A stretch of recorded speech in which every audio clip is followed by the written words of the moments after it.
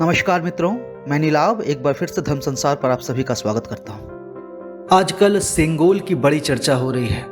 इसके संबंध में कई भ्रांतियां भी फैल रही है। अधिकतर लोग सेंगोल का ऐतिहासिक महत्व बता रहे हैं, किंतु यह जानकर आपको अच्छा लगेगा कि सेंगोल का पौराणिक महत्व भी बहुत अधिक है। सहस्त्रों वर्षों से सेंगोल का वर्णन हमारे पौराणिक ग्रंथों में है। विशेषकर इसका वर्णन महाभारत में किया गया है, पर किसी और नाम से।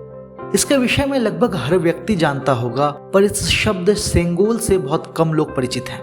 तो आइए हम सेंगोल के विषय में कुछ जानते हैं। चलिए प्रथम इसके ऐतिहासिक महत्व के विषय में जानते हैं। सेंगोल शब्द की उत्पत्ति तमिल शब्द सेम्मई से हुई है, जिसका अर्थ होता है नीति परायणता। इस शब्द का संस्कृत अर्थ शंकु अर्थात शंख से जुड़ा हुआ है, जो पवित्रता का प्रतीक है। सेंगोल वास्तव में कुछ और नहीं बल्कि वही राजदंड होता है जिसका वर्णन हमारे पुराणों और ग्रंथों में कई बार किया गया है। हालांकि सेंगोल शब्द तमिल भाषा से प्रेरित है और मूल रूप से दक्षिण भारत के चोल साम्राज्य से जुड़ा हुआ है। सेंगोल वास्तव में एक दंड हुआ करता था, जिसे सत्ता के हस्तांतरण हेतु उपयोग में लाया जाता था। संस्कृत और हिंदी भाषा में इसे ही राजदंड कहते हैं।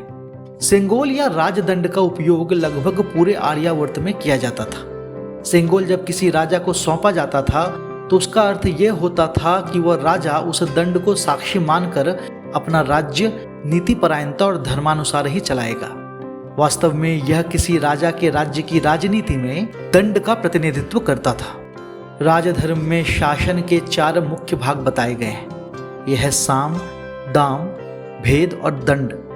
ये चारों किसी भी शासन को सुचारू रूप से चलाने के लिए आवश्यक माने गए हैं। इन्हें किसी सम्राट के 4 शस्त्रों के समान बताया गया है, जिसे वो समयानुसार अपने राज्य को न्यायपूर्वक चलाने के लिए उपयोग में लाता है। साम का अर्थ है समझाना। दाम का अर्थ है किसी चीज का उचित मूल्य देकर देश के लिए उसका अधिग्रहण करना। भेद का अर्थ है राज्य का गुप्तचर विभाग, जो देश की रक्षा के लिए अति आवश्यक है। और इनमें से जो अंतिम और सबसे अधिक महत्वपूर्ण है वो है दंड। कोई भी राजा किसी भी राज्य को बिना दंड के सुचारू रूप से नहीं चला सकता।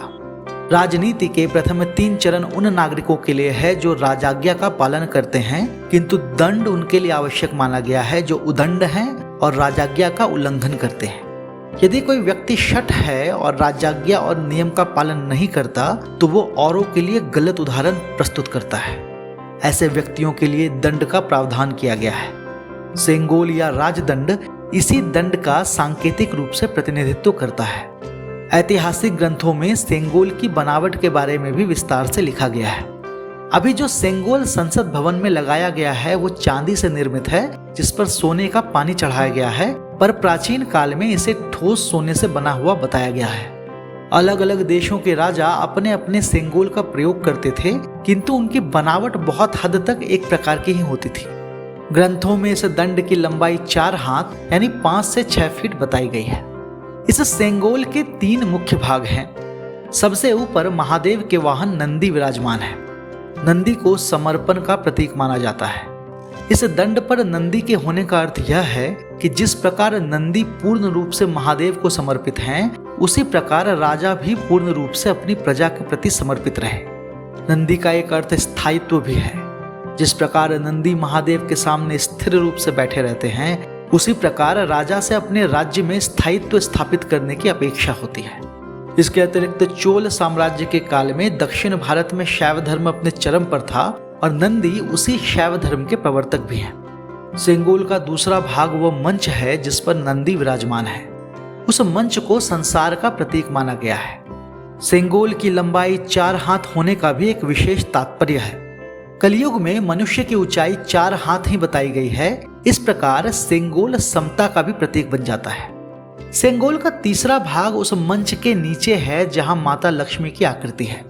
ये राज्य के धन संपदा का प्रतीक है और ऐसी मान्यता है कि जिसके हाथ में यह दंड होता है, माता लक्ष्मी उसके राज्य को धन संपदा से भर देती है। माता लक्ष्मी के साथ वहां फसल और फूल पत्तियां भी उकेरी गई है, जो किसी भी देश या राज्य की हरियाली और अन्न संपदा का प्रतीक है। ये माता अन्नपूर्णा से प्रार्थना है कि उस राज्य में कभी दुर्भिक्ष ना पड़े और वहां कभी धन धान्य की कमी ना हो।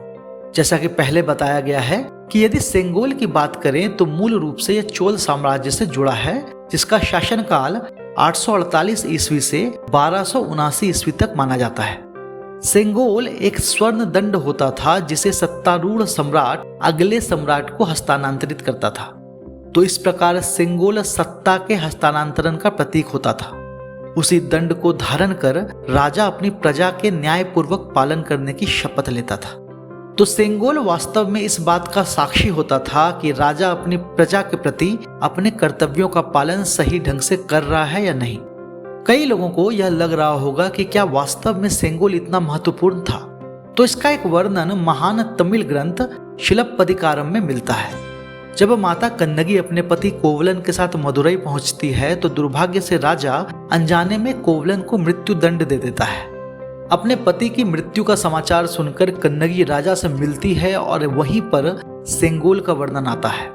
कन्नगी उस राजा को धिक्कारते हुए कहती है कि क्या इसीलिए उसने उस राजदंड अर्थात सेंगोल को धारण किया है कि वो प्रजा के साथ अन्याय कर सके। इस पर राजा कन्नगी से अपनी बात का प्रमाण देने के लिए कहता है, जिस पर कन्नगी उसे अपनी रत्न जड़ित पायल दिखाती है। जब राजा को अपनी गलती का पता चलता है तो उसे इतना क्षोभ होता है कि वो अपने उस एक गलत निर्णय के कारण उसी सेंगोल के समक्ष अपने प्राण त्याग देता है। ये घटना सेंगोल के वास्तविक महत्व को दर्शाती है। कोवलन और कन्नगी के बारे में हमने एक अलग वीडियो विस्तार से बनाया है, जिसका लिंक हम डिस्क्रिप्शन में दे रहे हैं। यदि आप चाहें तो उसे वहां जाकर देख सकते हैं। चोल साम्राज्य के साथ साथ मौर्य साम्राज्य में भी सेंगोल का बड़ा महत्व है। यहाँ इसे राजदंड कहा गया है। राजदंड की महत्ता बताने के लिए एक प्राचीन पद्धति का वर्णन मिलता है। जब भी कोई राजा सिंहासन पर बैठता था तो वो 3 बार औदंड्यो अस्मि कहता था। इसका अर्थ था कि यह दंड राजा को कोई सजा नहीं दे सकता। तब इसके विरोध में उनके कुलगुरु या पुरोहित उसे इसी दंड से 3 बार मार कर कहते थे धर्म दंड्यो असि, अर्थात इस दंड को राजा को भी दंडित करने का अधिकार है। इसके बाद ही वो राजा उस दंड को धारण कर सिंहासन रूढ़ होता था। ये सेंगोल या राजदंड की महत्ता को दर्शाता है। सेंगोल या राजदंड का वर्णन हमारे पौराणिक ग्रंथों में भी दिया गया है। विशेषकर महाभारत के शांति पर्व के अंतर्गत राजधर्मानुशासन पर्व में 14वें और 15वें खंड में इसकी महत्ता के बारे में बताया गया है। विशेषकर 15वें खंड में अर्जुन द्वारा इस दंड के महत्व का विस्तृत वर्णन किया गया है। इसे आप महाभारत में विस्तार से पढ़ सकते हैं, किंतु यहाँ मैं संक्षेप में बता देता हूँ। इसका वर्णन शांति पर्व के अध्याय 14 के श्लोक 14 से आरंभ होता है। शांति पर्व के अध्याय 14 के श्लोक 14 में कहा गया है, न दंडः क्षत्रियो भाति न दंडो भूमि मश्रुते नान दंडस्य प्रजा राज्ञः सुखम विदन्ति भारतः। यहाँ पर द्रौपदी महाराज युधिष्ठिर से कहती है कि जो दंड देने की शक्ति नहीं रखता उस क्षत्रिय की शोभा नहीं होती। दंड ना देने वाला राजा इस पृथ्वी का उपभोग नहीं कर सकता। दंडहीन राजा से कभी प्रजा को सुख नहीं मिलता। इसके बाद शांति पर्व के 14वें अध्याय के श्लोक 21 से श्लोक 25 तक द्रौपदी युधिष्ठिर द्वारा सप्त द्वीपों अर्थात जम्बू द्वीप, लक्षद्वीप, शालमल द्वीप, कुशद्वीप, क्रौंच द्वीप, शाक द्वीप एवं पुष्कर द्वीप को अपने दंड से अधिकार में लेने का वर्णन करती है। इसके बाद शांति पर्व का पूरा 15वां अध्याय अर्जुन द्वारा राजदंड की महत्ता के वर्णन से भरा पड़ा है। इस अध्याय में कुल 58 श्लोक हैं, जहां पर अर्जुन विस्तार से युधिष्ठिर और सभासदों को राजदंड अर्थात सेंगोल के महत्व के विषय में बताते हैं। राजदंड के विषय में विस्तार से जानने के लिए हर किसी को महाभारत के शांति पर्व के 15वें अध्याय को पढ़ना चाहिए। आप में से कितने लोगों ने यह कथा पहले सुनी थी? यदि आपने सुनी थी तो हमें कमेंट कर जरूर बताएं। हमें आशा है कि यह वीडियो आपको पसंद आया होगा। यदि ऐसा हो तो आप इसे लाइक कर सकते हैं और हमारे चैनल को सब्सक्राइब कर सकते हैं। इस विषय पर एक लेख हमने पहले ही धर्मसंसार.com पर प्रकाशित कर दिया है, जिसका लिंक हमने डिस्क्रिप्शन में डाला है। यदि आप चाहें तो उसे वहां जाकर पढ़ सकते हैं। यदि धर्म संसार के वीडियो आपको पसंद आते हों तो आप इसे अपने मित्रजनों और अपने परिवारजनों के साथ साझा कर सकते हैं।